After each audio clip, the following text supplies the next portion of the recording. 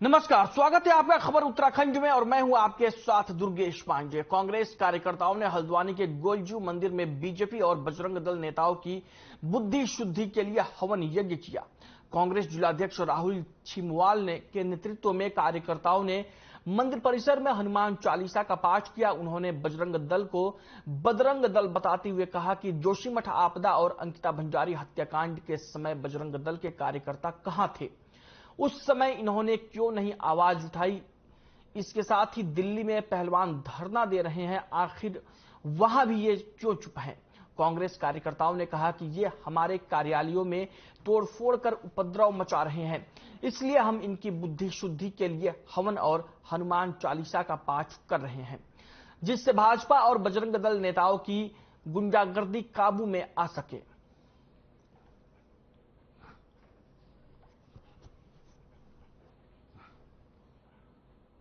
है वो देश में कहीं ना कहीं पर इसी जो अराजकता और जिसे कहते हैं कि गुंडागर्दी कहीं पर फैलानी हो तो निश्चित रूप से बजरंग दल उसमें आगे रहता है। मैं इस बजरंग दल से सवाल पूछना चाहता हूं कि जब हमारे यहाँ केदारनाथ जी में आपदा आई थी तब ये बजरंग दल वाले लोग कहाँ थे? जब हमारे यहाँ जोशीमठ में इतनी बड़ी आपदा आई तब ये बजरंग दल के लोग कहाँ थे? जब हमारी बहन अंकिता भंडारी हत्याकांड में पूरा प्रदेश सड़कों पर था, हमारी माँ बहनें सड़कों पर थी, तब ये बजरंग दल वाले लोग कहाँ थे? और आज जब हमारे देश के ओलंपियाड जिन्होंने जो देश में जो जंतर मंतर में पिछले कई दिनों से धरने में बैठे हुए हैं, तब ये लोग बजरंग दल वाले कहाँ है? निश्चित रूप से ये लोग एक भाजपा का एक अनुसंधानी संगठन है और वो भाजपा के लिए काम करने वाले लोग हैं। तो संकट कटे मिटे सब पीरा, जो सुनने हनुमान पीरा, तब तो हनुमान जी को जपना पड़ता है। आज हमारे प्रदेश में संकट है, आज हमारे देश में संकट है। सरकार समस्याओं का निदान करने के लिए होती है, लेकिन सरकार किसी भी समस्या का समाधान नहीं कर रही। तो इनकी बुद्धि शुद्धि के लिए ये यज्ञ किया गया है। हनुमान जी की चालीसा पढ़ी गई है, हनुमान जी को याद कर रहे हैं कि बुद्धि शुद्धि बल बुद्धि विद्या देवी मई हरऊ कलेश विकार, इनका जरा बल बुद्धि दो और इनकी बुद्धि शुद्धि करो ताकि ये प्रदेश का कल्याण करें।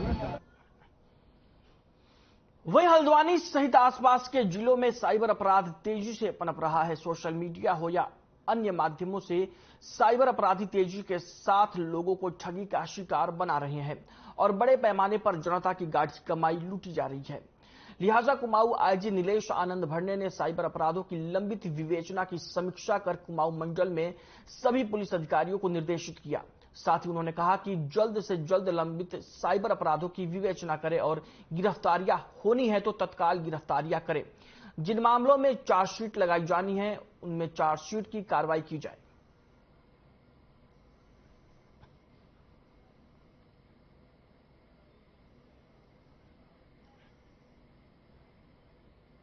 रीजन में जो 420 के साइबर फ्रॉड के और जो धोखाधड़ी के ऐसे मामले हैं 420 के, तो इसके जो है कल हल्द्वानी कोतवाली सर्कल के जो है वो मैंने कल रिव्यू किया। 35 मामले थे हल्द्वानी कोतवाली में जो इस तरीके से जो ज़्यादा अमाउंट के 5 लाख से ज़्यादा के साइबर फ्रॉड है और धोखाधड़ी भी जो है 5 लाख से अधिक की है। तो ऐसे मामले जो जिसमें पीड़ित परेशान है और जिनको न्याय नहीं मिला है, जिसमें अरेस्टिंग नहीं हुई है या बहुत टाइम से जो है विवेचना पेंडिंग है, जिसमें ऐसा लग रहा है कि विवेचक भी कई बार जो है विवेचनाओं को पेंडिंग रखते हैं, कार्रवाई नहीं हुई है।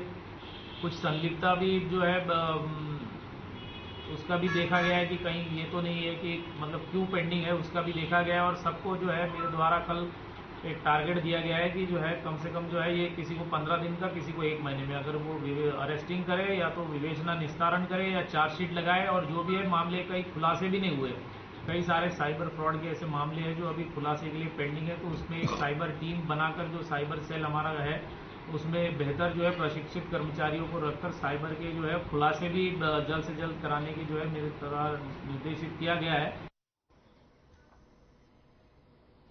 वहीं चारधाम यात्रा को लेकर प्रशासन किसी भी तरह की लापरवाही बरतना नहीं चाहता। आपको बता दें कि चारधाम यात्रा में लाखों की संख्या में श्रद्धालु उत्तराखंड का रुख कर रहे हैं।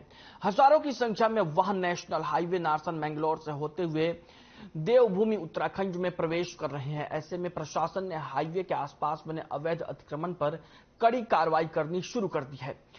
इन्हीं सबके बीच मंगलौर कस्बे के प्रशासन की टीम ने नगरपालिका टीम के साथ मिलकर सर्विस लाइन पर अवैध रूप से किए गए अतिक्रमण पर बुलडोजर चला दिया।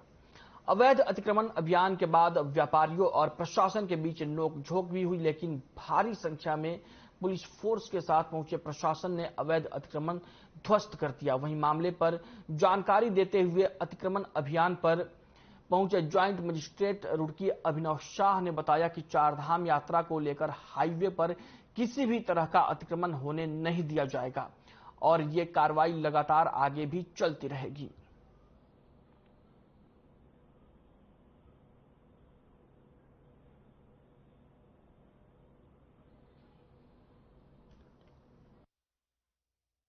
के आगे जो है चारधाम यात्रा को देखते हुए जो है जो एनएच है, एनएच पे जो है अतिक्रमण किया गया था और नगर पालिका की तरफ से पहले भी जो है नोटिस दिए गए थे। सभी दुकानदारों को, व्यापारियों को, जो भी जिन्होंने अतिक्रमण कर रखा था उनको सूचित किया गया था कि भाई अपना अतिक्रमण हटा लें। जिन लोगों के द्वारा नहीं हटाया गया तो उसके तहत जो है आज नगर पालिका परिषद मंगलौर और पुलिस प्रशासन सभी के द्वारा जो है मिलकर के अतिक्रमण हटाओ अभियान चलाया जा रहा है। मैडम देखा रहेंगे क्या करेंगे?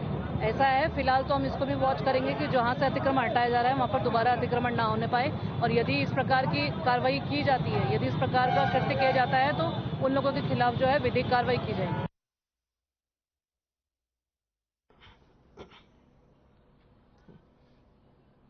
मौसम साफ होने के बाद एक बार फिर से चारधाम यात्रा ने रफ्तार पकड़ ली है। बद्रीनाथ केदारनाथ धाम जाने वाले यात्रियों को श्रीनगर पुलिस चेकिंग कर रुद्रप्रयाग चमोली की ओर भेज रही है। वहीं नगर क्षेत्र के सार्वजनिक शौचालयों, धर्मशालाओं और रैन बसेरों का भी प्रभारी उप जिलाधिकारी द्वारा निरीक्षण किया गया। इस दौरान नगर क्षेत्र में यातायात व्यवस्था सुचारू करने, जाम की स्थिति न पैदा हो, इसके लिए पुलिस प्रशासन को भी निर्देशित किया जा रहा है। साथ ही जिला प्रशासन द्वारा यात्रियों को फूड पैकेट भी वितरित किए जा रहे हैं। आपको बता दें कि यात्री सुरक्षित यात्रा करे, इसके लिए प्रशासन मुस्तैद है। साथ ही भूस्खलन प्रभावित क्षेत्रों पर भी नजर बनाए हुए है।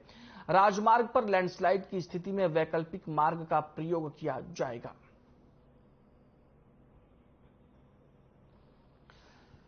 मौसम साफ होने के बाद से चारधाम यात्रा ने एक बार फिर से रफ्तार पकड़ ली है और आपको बता दें कि यात्रियों को रुद्रप्रयाग और चमोली की ओर भेजा जा रहा है और चारधाम यात्रा के मद्देनजर लगातार प्रशासन की टीम भी एक्टिव है और यात्रा के रूट पर धर्मशालाओं और शौचालयों की प्रभारी उप जिलाधिकारी ने चेकिंग की और प्रशासन की टीम लगातार एक्टिव है और खास तौर पर बुनियादी सुविधाओं का भी ख्याल रखा जा रहा है।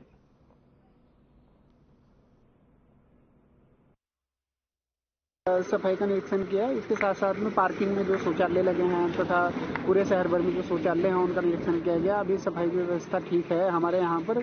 इसके साथ साथ में आदरणीय जिलाधिकारी गढ़वाल के निर्देशों के क्रम में हमने आज लगभग 100 फूड पैकेट भी जो श्रद्धालु आ रहे हैं, जो हमारे चारधाम यात्री हैं, उनको हमने डिस्ट्रीब्यूट किए हैं।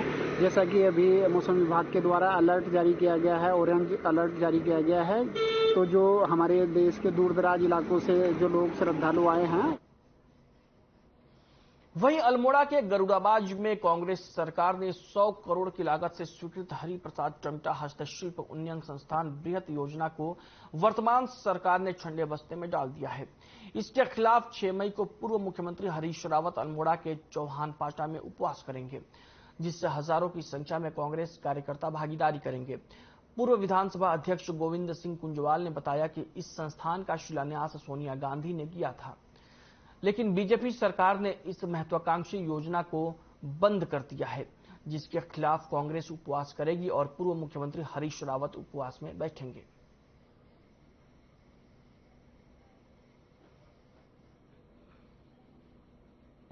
ये कांग्रेस की सरकार ने जो है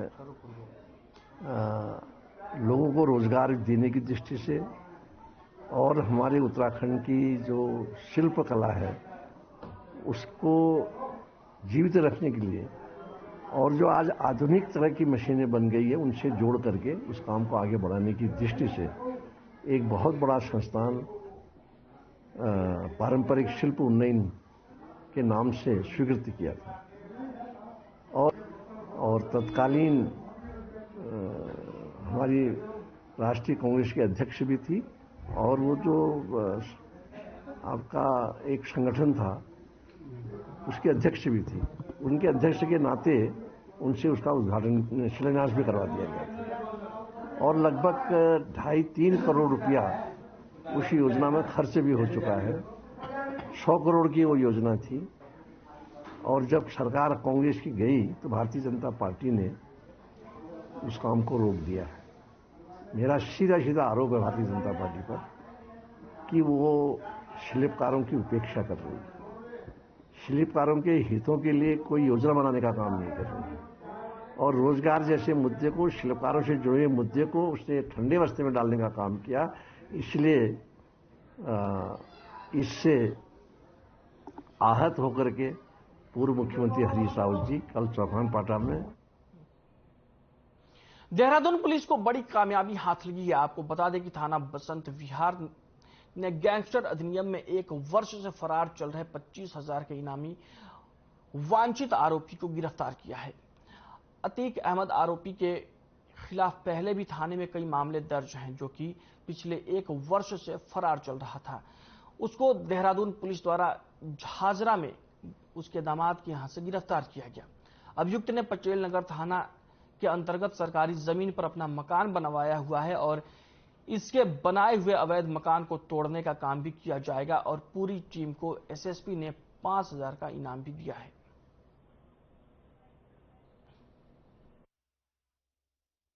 बलात्कार की घटना और लूट दोनों घटनाएं हुई हैं। इसकी जानकारी कल जब ये महिला थाने में आती हैं तब जानकारी हुई। ये ब्लाइंड केस था, महिला के पास कोई मोबाइल फोन है नहीं, उसको जो क्रिमिनल है उसकी कोई जानकारी थी नहीं और गाड़ी का भी एक वेग सा आइडिया था कि स्विफ्ट डिजायर गाड़ी है। कल उसके निशानदेही पर हमारी पूरी टीम ने इसका पूरा घटनाक्रम को रिक्रिएट किया और फिर सीसीटीवी फुटेज लगभग 150 सीसीटीवी फुटेज का खंगालने के बाद फिर अभियुक्त को, सोहेल नाम का अभियुक्त है, ये बिहारीगढ़ में खुशहालीपुर पड़ता है गांव, वहां का रहने वाला है। उसको मैं स्विफ्ट डिजायर गाड़ी और जो बैग उसने लूट के ले गया था 500 रुपया और उसमें उस कपड़े थे वो बरामद कर लिया। वहीं टिहरी जनपद के देवप्रयाग विधानसभा के कीर्तिनगर में कांग्रेसियों ने बीजेपी की बुद्धि शुद्धि के लिए जहां हनुमान चालीसा का पाठ किया तो वहीं बीजेपी का पुतला दहन कर विरोध भी जताया। इस दौरान प्रदेश कार्यकारिणी के सदस्य श्यामलाल आर्य ने कहा कि प्रदेश के लिए और देश के लिए पदक लाने वाली बेटियां जंतर मंतर पर बैठी हैं। केंद्र सरकार रेसलिंग खिलाड़ियों को न्याय दिलवाने की बजाय आंदोलन को कुचलने का प्रयास कर रही है। आगे उन्होंने कहा कि देश के लिए मेडल लाते समय बेटी बचाओ बेटी पढ़ाओ का नारा देने वाले प्रधानमंत्री उनके साथ फोटो खिंचवाते हैं, लेकिन जब उन्हीं बेटियों ने कुश्ती संघ के अध्यक्ष पर संगीन आरोप लगाए हैं तो प्रधानमंत्री चुप्पी साधे हैं। सेवादल के जिलाध्यक्ष राजेंद्र सिंह चंद और प्रदेश कार्यकारिणी सदस्य मंगत राम नौटियाल ने कहा कि बेरोजगारी और महंगाई और घोटालों पर कार्रवाई करने की बजाय सरकार भ्रष्टाचारियों को संरक्षण देने का काम कर रही है। कांग्रेस के ब्लॉक अध्यक्ष रघुवीर सिंह भंडारी ने कहा कि प्रदेश में युवा बेरोजगारी की मार झेल रहे हैं और भाजपा धर्म की राजनीति करने में जुटी है।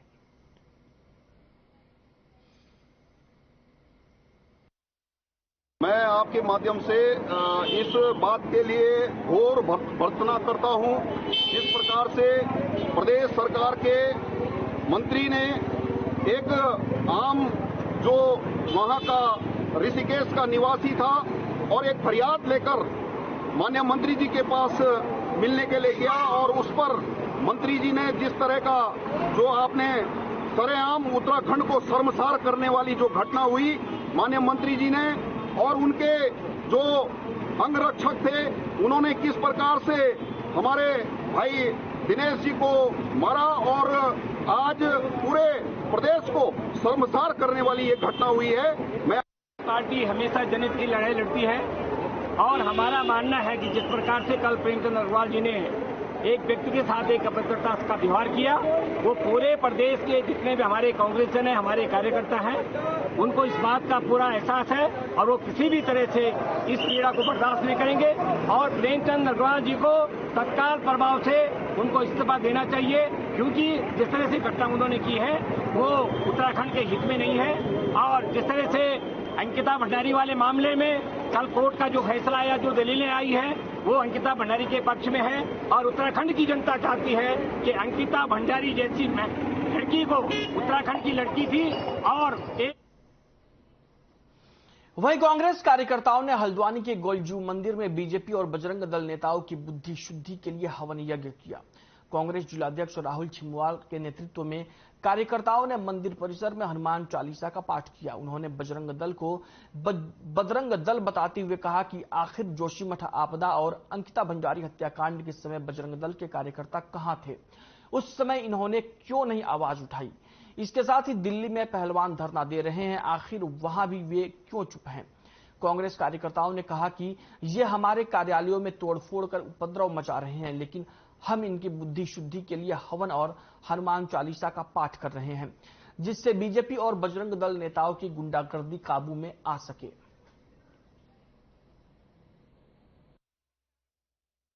जब जब संकट आता है तो संकट कटे मिटे सब पीरा, जो तुमने हनुमान बीरा, तब तक हनुमान जी को जपना पड़ता है। आज हमारे प्रदेश में संकट है, आज हमारे देश में संकट है। सरकार समस्याओं का निदान करने के लिए होती है, लेकिन सरकार किसी भी समस्या का समाधान नहीं कर रही। तो इनकी बुद्धि शुद्धि के लिए ये यज्ञ किया गया है। हनुमान जी की चालीसा पढ़ी गई है। हनुमान जी को याद कर रहे हैं कि बुद्धि शुद्धि बल बुद्धि विद्या देवी मई हर कलेश विकार, इनका जरा बल बुद्धि दो और इनकी बुद्धि शुद्धि करो ताकि ये प्रदेश का कल्याण करें।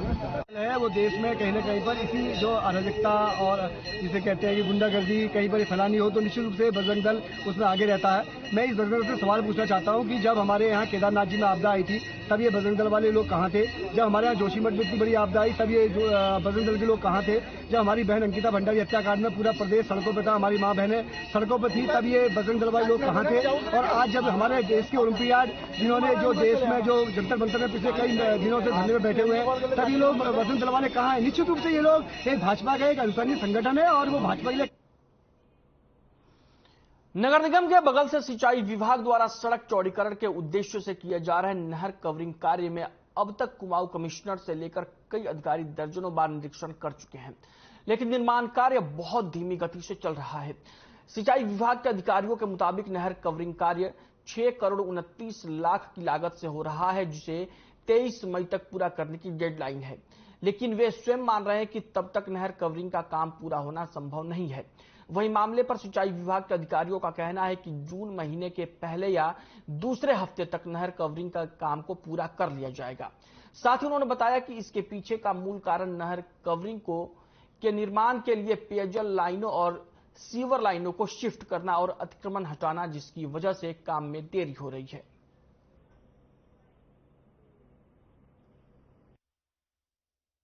पहले पिडुल्ली के पास था। पिडुल्ली से पिछले साल हमें ये पैसा मिला करीब 6 करोड़ 29 लाख के आसपास। तो मई में इसका अनुबंध हुआ था, मगर बारिश की वजह से मई के बाद जुलाई में बारिश शुरू जाती है तो काम नहीं हो पाया था। तो नवंबर से काम शुरू हुआ और विधिवत काम उसके बाद कार्य हो पाया। बीच में भी बारिश के मौसम खराब होने की काफ़ी दिक्कतों का सामना करना पड़ा। काफ़ी अतिक्रमण था और काफ़ी संग्रह रास्ता है, दोनों ओर मकान है। डेडलाइन 23 मई की है, 23 की। तो कोशिश करेंगे वर्षा काल से इसे पहले पूर्ण कर दिया है, जिससे लोगों को सुविधा मिल। लेकिन लग रहा है कि 23 मई तक पूरा होने की 23 मई तक तो नहीं हो पाएगा, लेकिन जून फर्स्ट वीक और जून सेकंड वीक तक कराने के हम प्रयास करेंगे, क्योंकि बारिश के बाद 15 जून के बाद बारिश का हो जाता है। तो उससे पहले कम से कम से चिनाई कार्य पूर्ण हो जाए। स्लैब तो बाद में जल्द जा सकते हैं, तो उसका पूरा प्रयास विभाग द्वारा किया जाए।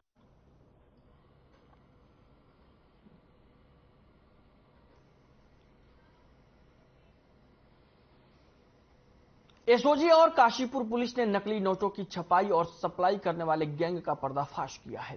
पुलिस ने यूपी के 2 लोगों को गिरफ्तार कर करीबन 22 लाख रुपए के नकली नोट छपाई की मशीन और अन्य उपकरण बरामद किए हैं। इस दौरान एसएसपी ने पुलिस टीम को 2500 रुपए का इनाम देने की घोषणा की है। मामले पर जानकारी देते हुए एसएसपी मंजूनाथ टीसी ने बताया कि जिले में नकली नोटों के संचालक की शिकायतें मिल रही थी, जिस पर काशीपुर सीओ एसओजी प्रभारी विजेंद्र शाह के नेतृत्व में टीम का गठन किया गया था, जिसको देखते हुए इस कार्रवाई को अंजाम दिया गया है।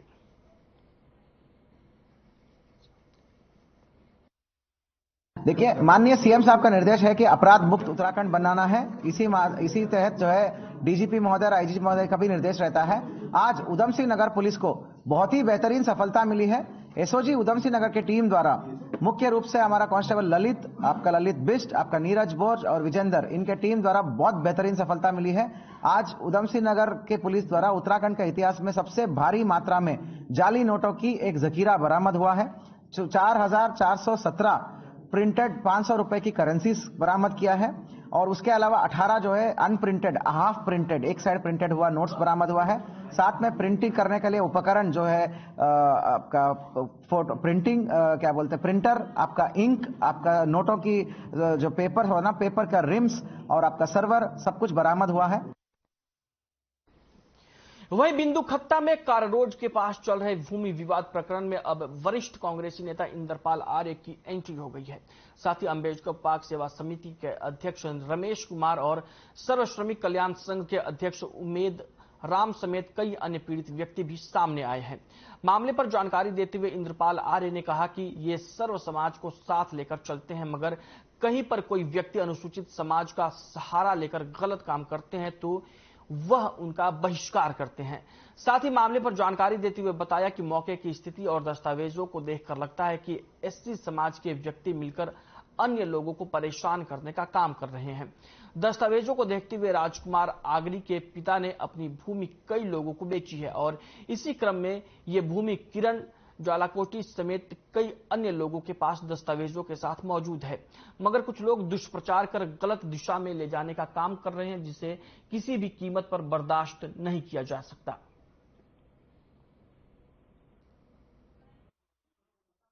ये मामला बिंदु खत्ता कार रोड का है और हमारे संज्ञान में आया है कि और ये किसी तरीके से जो सोशल मीडिया में आजकल चल रहा है कि दलित समाज की जमीन को स्वर्ण द्वारा दबाया जा रहा है या अपना हड़पा जा रहा है या कब्जा किया जा रहा है। लेकिन हमने जब स्थानीय लोगों से पता करा, जो मेरे साथ के सभी लोग हैं, और जैसे मुझे कागज भी अवगत किए गए हैं, और ये जो 2002 में ताराराम जी द्वारा, और जैसे कि आपको मालूम होगा कि एक दलित समाज को लेकर के चल रहे हैं, लेकिन समाज का नाम जो है केवल अपने स्वार्थ के लिए लिया जा रहा है। देखिए, उस पे सवाल अभी जो हमने एक नया वीडियो देखा उसमें संध्या डालाकोटी, किरण डालाकोटी का उसमें नाम उजागर हुआ है। लेकिन हम ये कहना चाहेंगे कि जो व्यक्ति राजकुमार दलित समाज का है, यदि राजकुमार उत्पीड़ित होता है, दलित समाज को के साथ कोई अत्याचार होता है, कोई जो है उसके साथ गलत होता है, तो सबसे पहले हम राजकुमार के साथ खड़े हैं। यदि दलित के नाम पर रोटी सेकने का काम किया जा रहा है, गलत काम किया जा रहा है, तो हम जो है दलित उसके भी खिलाफ रहेंगे। अभी तक आपने क्या देखा कि वास्तविकता क्या है कि डालाकोटी सही है या राजकुमार सही है? देखिए, इस पे सवाल अभी डालाकोटी जी का नहीं है, क्योंकि इससे पहले भी 3 व्यक्ति यहाँ पर पहले से पीड़ित हैं, जिनको जमीन उसके पिताजी ने, राजकुमार के पिताजी ने बेच दिया था, और वो जमीन उन व्यक्तियों के कब्जे में है जिसमें हमारे दलित समाज के भी व्यक्ति हैं। सबसे पहले मैं ये बताना चाहूंगा, कहीं पे भी दलित उत्पीड़न की घटना होती है, गुड्डी पांडे वाला मामला हो, जगदीश वाला मामला हो, या समाज में आप देखेंगे बिंदु खत्ता में जितने भी मामला, प्रगतिशील युवा संगठन हमेशा आंदोलन करता आया है, और दलित के साथ ऐसा हुआ तो सर्वप्रथम हम खड़े रहते हैं। लेकिन यहाँ पर क्या हो रहा है कि ये जो जमीन है, सबसे पहले मैं ये कहूंगा, ये मामला दलित वाला नहीं है। इसमें एक परिवार दलित है, विक्रम पाल आर्या जी हैं, उनकी जमीन पे भी पहले इन लोगों ने कब्जा कर रखा है, मतलब कब्जा करने की कोशिश की जा रही है उनके द्वारा। तो ये मामला मतलब कुछ भू माफिया हैं जो वास्तव में वो इसको दलित वाला मामला बना के जमीनों पे कब्जा करना चाहते हैं। सोशल मीडिया में जो कुछ दिन पहले जो खबरें छपी थी कि एक दलित के जमीन जो है कब्जा किया जा रहा है, लेकिन हमारे संज्ञान में ये है, ये मामला पहले से भी खोलिया जी की जमीन है, वहाँ पर राणा जी की है, 3 व्यक्ति पहले से ही हैं, और चौथी जमीन जो है संध्या डालाकोटी की है। ये जमीन मैंने 2011 में श्री ललित पंथ जी से खरीदी थी, और ललित पंथ जी ने जब मेरे को जमीन बेची थी तो उन्होंने मेरे को 2 स्टाम्प पेपर दिए थे। जो मेरे पास जमीन है वर्तमान में वो 20 बाई 40 स्क्वायर फीट की है। तो जब ललित पंथ जी ने मेरे को प्लॉट बेचा था तो उन्होंने मुझे 2 स्टाम्प दिए थे। पहला जो आगे की तरफ 20 बाई 30 का है वो उन्होंने वीरेंद्र सिंह दानू जी से खरीदा था, ठीक है। दूसरा जो पीछे का 20 बाई 10 का प्लॉट है उस पर ताराचंद आगरी जी के साइन है। तो वो कुल मिलाकर के 20 बाई 40 का जो प्लॉट है वो 2 हिस्सों में था। वो ललित पंथ जी ने मेरे को 2011 में मैंने उनसे खरीदा था। पिछले साल दशहरे के दिन मैं वहाँ पर अपना भूमि पूजन करने के लिए गया। मैंने सोचा था वहाँ पर एक थोड़ा सा एक कमरा बना करके वहाँ पर कुछ रहने का इंतजाम किया जाए। तो जिस दिन मैंने वहाँ पर गृह प्रवेश के भूमि पूजन किया था, मेरे परिवार के बहुत सारे लोग आए हुए थे, अड़ोस पड़ोस के भी बहुत सारे लोग थे। वो लोग भी सामने खड़े होकर के देख रहे थे। उन लोगों ने उस समय कुछ नहीं कहा। हमने अपने भूमि पूजन किया। उसके बाद अगले दिन जब मैं वहाँ पर अपना जमीन की नापजोख करने के लिए गया था कि यहाँ पर से पिलर लगेगा, यहाँ पर से पिलर लगेगा, तो इतने में वो राजकुमार आगरी जी आ गए। वो बोलने लगे नहीं, ये जमीन मेरी है। कांग्रेस के कार्यकर्ताओं ने उत्तराखंड के कैबिनेट मंत्री प्रेमचंद्र अग्रवाल ने आम आदमी के साथ सड़क पर मारपीट करने के विरोध में कैबिनेट मंत्री प्रेमचंद्र अग्रवाल का पुतला दहन किया और साथ ही उन्हें बर्खास्त करने की मांग की। आपको बता दें कि कुछ दिन पहले कैबिनेट मंत्री प्रेमचंद्र अग्रवाल का सड़क पर एक व्यक्ति के साथ मारपीट करते हुए वीडियो वायरल हुआ था। इस मामले में मुकदमा भी दर्ज हो गया है। आम आदमी के साथ मंत्री के द्वारा मारपीट करने के विरोध में कांग्रेस कार्यकर्ताओं ने चंद्रशेखर चौक पर कैबिनेट मंत्री प्रेमचंद्र अग्रवाल का पुतला दहन किया।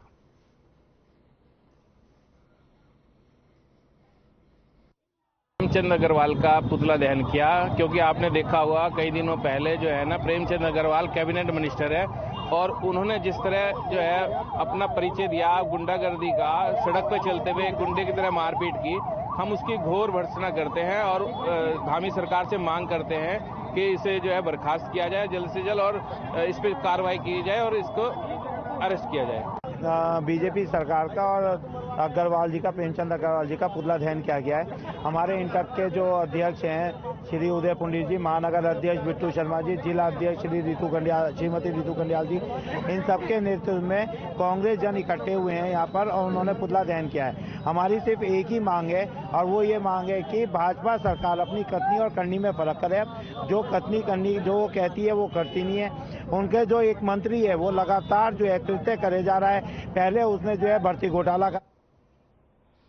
कलियर दरगाह शरीफ में आरटीआई लागू हो सकती है। आपको बता दें कि कलियर नगर पंचायत के सभासद एडवोकेट मोहम्मद दानिश सभासद ने वक्फ बोर्ड उत्तराखंड से कलियर शरीफ दरगाह में आरटीआई लागू करने की 1 साल पहले अपील की थी, जिसको लेकर उत्तराखंड वक्फ बोर्ड ने इस मांग को खारिज कर दिया था। एडवोकेट मोहम्मद दानिश सभासद ने बताया कि इसके बाद हमने ये अपील आयोग में दायर की थी और खुशी की बात है कि आयोग ने हमारी अपील मंजूर कर ली है।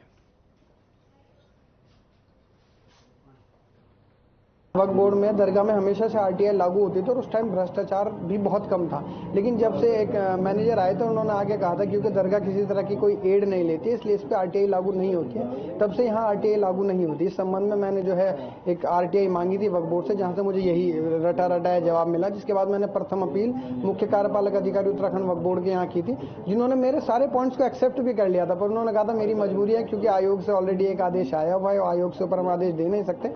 हमारे जो साथी सभासदगण हैं, दानिश भाई, एडवोकेट दानिश भाई, वो और मैं दोनों ने इकट्ठे होकर जो है इस लड़ाई को जो है हमने उठाया और माननीय आयोग में भी हम 2-3 बार गए हैं और जो वहाँ हमारे परिचित कुछ अधिकारी थे हमने उनको भी फोन से भी अवगत कराया और यहाँ जो जितने भी भ्रष्टाचार हुए ना, अभी हाल ही में जो उर्स हुआ दरगाह साबिर पाक का, इसमें भी दुनिया भर के भ्रष्टाचार हुए।